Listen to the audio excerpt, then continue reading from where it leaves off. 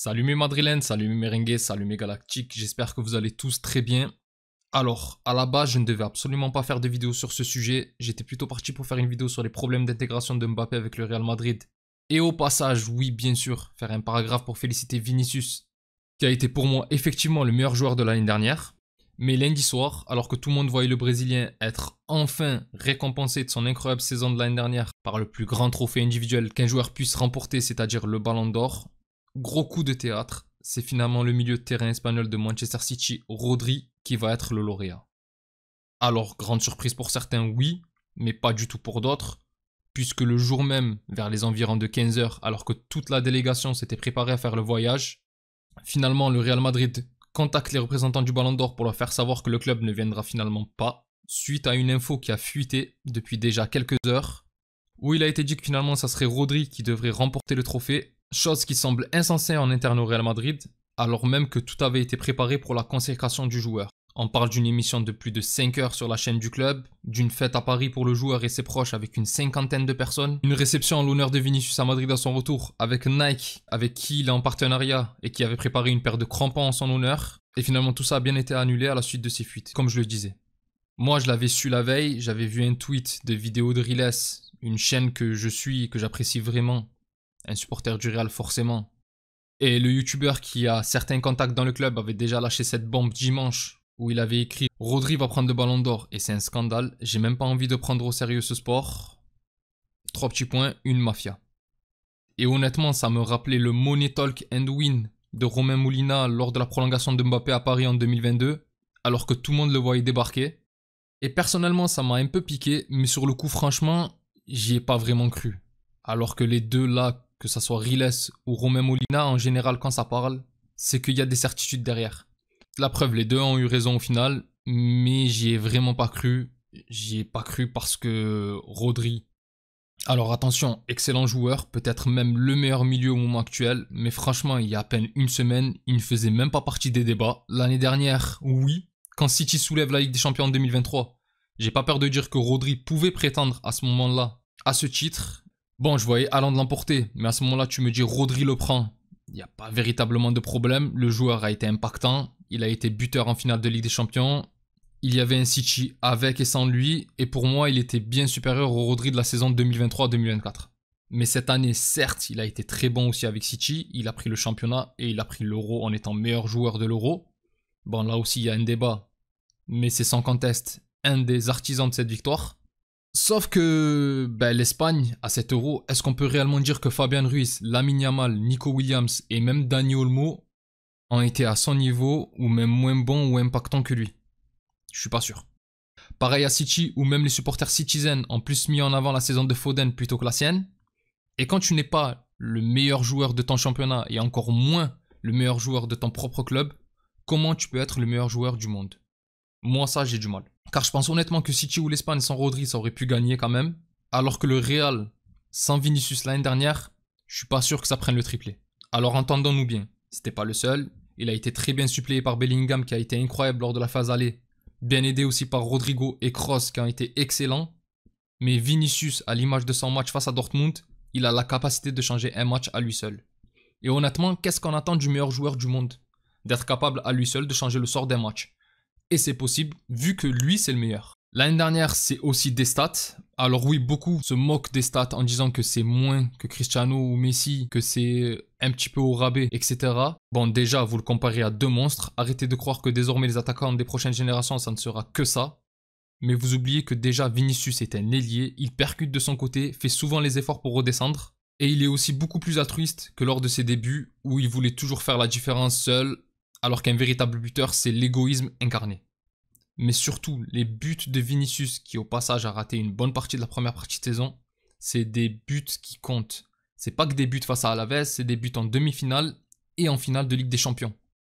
Après, j'en vois aussi beaucoup qui fustigent la réaction du Real Madrid de ne pas être allé tout de même à la cérémonie, puisqu'on rappelle que malgré tout, le Real a tout de même été élu meilleur club de l'année, Ancelotti meilleur entraîneur, Mbappé meilleur buteur avec Harry Kane, et qu'en plus de ça, plusieurs joueurs faisaient partie des 30 nominés. On avait Rudiger, Valverde, Carvajal, Vinicius évidemment, Mbappé, Bellingham. On avait aussi Arda Güler nominé pour le trophée Copa et Lunin pour le trophée Yashin. Sauf que comme j'ai dit en intro, des infos ont fuité à quelques heures de la remise du trophée. Et bon, on ne sait pas si c'est réellement City qui a prévenu le Real. Apparemment, il y aurait une très bonne entente entre les deux clubs. Et City aurait peut-être voulu éviter au Real de s'humilier avec la campagne autour de Vinicius. Ce qui, si ça s'avère vrai, serait un beau geste. Les deux clubs s'affrontent régulièrement en Ligue des Champions et se respectent. Mais cette année, pour le club comme pour moi, la communication du Ballon d'Or, qui disait soi-disant que personne ne connaîtrait le nom du gagnant avant la toute fin, alors qu'une longue liste avait fuité avec comme par hasard tout de bon, et seuls Vinicius et Rodri auraient été inversés, ça ressemblait vraiment à une manière de vouloir humilier le Real Madrid. Car comme par hasard cette année, France Football est en partenariat avec l'UEFA, organisation qui a un problème avec le Real Madrid et avec Florentino Pérez, surtout avec l'histoire de la Super League, vous le savez tous.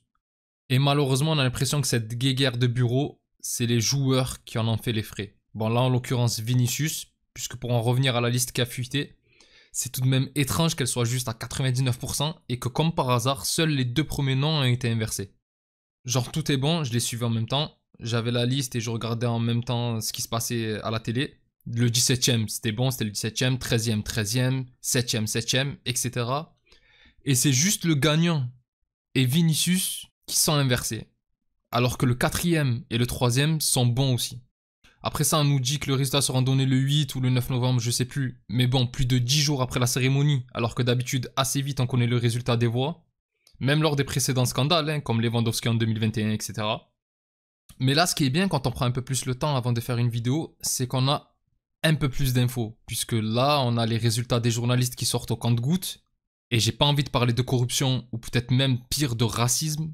En plus, en parlant de ça, j'avais fait une vidéo il y a quelques temps sur les critiques qu'avait subi Vinicius à son arrivée, que le joueur avait réussi à transformer en force avant de devenir la lutte anti-raciste du football. Je mets le lien en description. Mais concernant les résultats de certains journalistes, c'est une dinguerie. Sérieusement, on a par exemple le classement du journaliste albanais qui a mis Vinicius 8ème de son classement. Et pire, avec le journaliste du Salvador qui ne l'a même pas mis dans son top 10. Alors qu'il y a une semaine, il avait fait un article à la suite de la remontada où il titre « Meilleur joueur du monde ». Et qui là, lorsqu'il a dû s'expliquer sur son classement, te dit que Vinicius ne fait pas partie des 10 meilleurs joueurs, qu'il n'est pas assez impactant dans les matchs. Ok, j'ai juste envie de l'insulter. Et la théorie de Walid Acharchour qui dit qu'il avait parlé en tête-à-tête avec certains journalistes et qui voyait que c'était plus des votes anti-Vinicius que véritablement des votes pour Rodri. En gros, leur but c'était juste de faire barrage à l'obtention du Ballon d'Or par Vinicius, prend bizarrement tout son sens. Que leur seul argument c'était le comportement, le manque d'élégance, etc.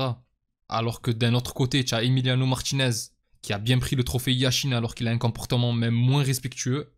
Là, ça devient une blague.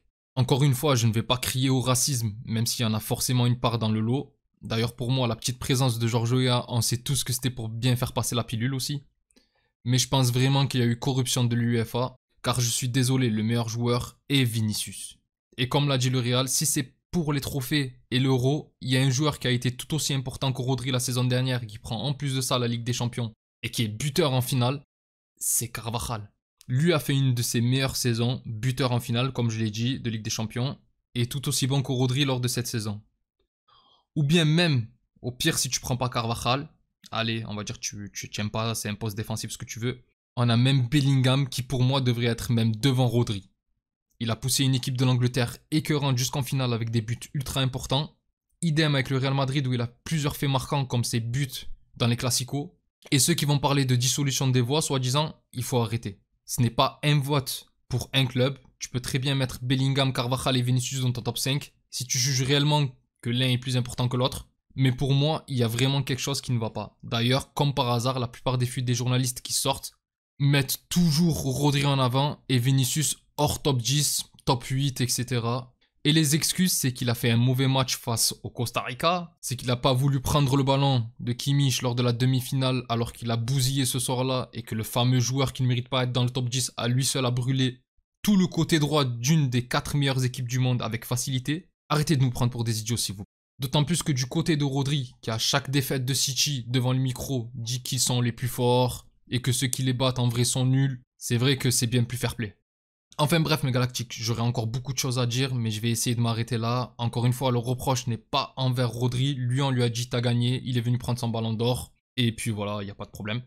Mais c'est surtout qu'il y a eu magouille, alors je ne pourrais pas dire à quel niveau, si c'est vraiment l'UEFA, si c'est vraiment une histoire de racisme pour certains journalistes ou quoi. mais je maintiens que la fuite de la liste du Ballon d'Or qui est sortie avant la cérémonie était normalement la bonne, que Vinicius aurait dû l'emporter dans une cérémonie où j'ai été plus touché par l'échange entre Weah et Kane, plutôt que lors de l'annonce du gagnant, qui était soi-disant pas au courant, mais qui a passé son temps à se recoiffer, à remettre son papillon droit, et qui a sorti un discours où Vinicius n'était pas du tout cité. D'ailleurs, tout au long de la soirée, on a senti cette tension afin d'éviter le sujet. L'équipe qui, lors de l'équipe de Greg et sur le plateau juste avant, disent tous « je vois bien Rodri gagner », alors que ça fait des mois qu'il ne parlait que de Vinicius en potentiel Ballon d'Or. Du coup, comme dirait Thierry Henry, bizarre.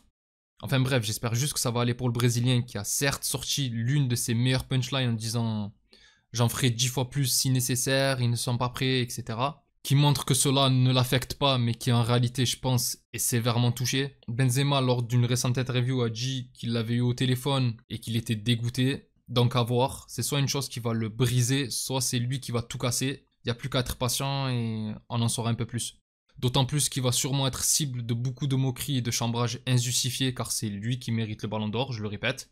Mais bon, quand tu es au sommet, les gens qui ne t'aiment pas forcément essaieront de te faire tomber de ton piédestal. D'ailleurs, Valence avait prévu un chant pour se moquer de lui ce week-end, même si le match pourrait ne pas se jouer suite aux fortes inondations qui ont touché Valence et qui ont malheureusement fait des morts. Mais malgré tout, il va falloir qu'il ait les nerfs solides pour les prochaines semaines. Enfin bref mes galactiques, cette fois-ci c'est vraiment fini, il faut que je m'arrête, sinon je vais continuer pendant des heures. Je vais vous mettre quelques screens de réaction et de soutien en faveur de Vinicius, et je remercie vraiment beaucoup ceux qui sont restés jusqu'au bout de la vidéo. N'hésitez pas à liker et à vous abonner. Pour les autres, passez une excellente journée. Prenez tout soin de vous et encore et toujours, hasta le final, vamos Real. Salut!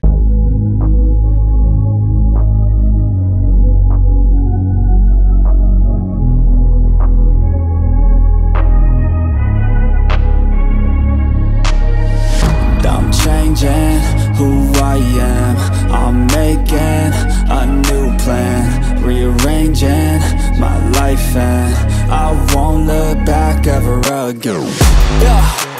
You ain't see me activated, you better hope that you never see me agitated. I think about my actions, plan them out, evaluated. That's how I end up on the top, man, I'm calculated. My mind's a weapon, my body is the engine.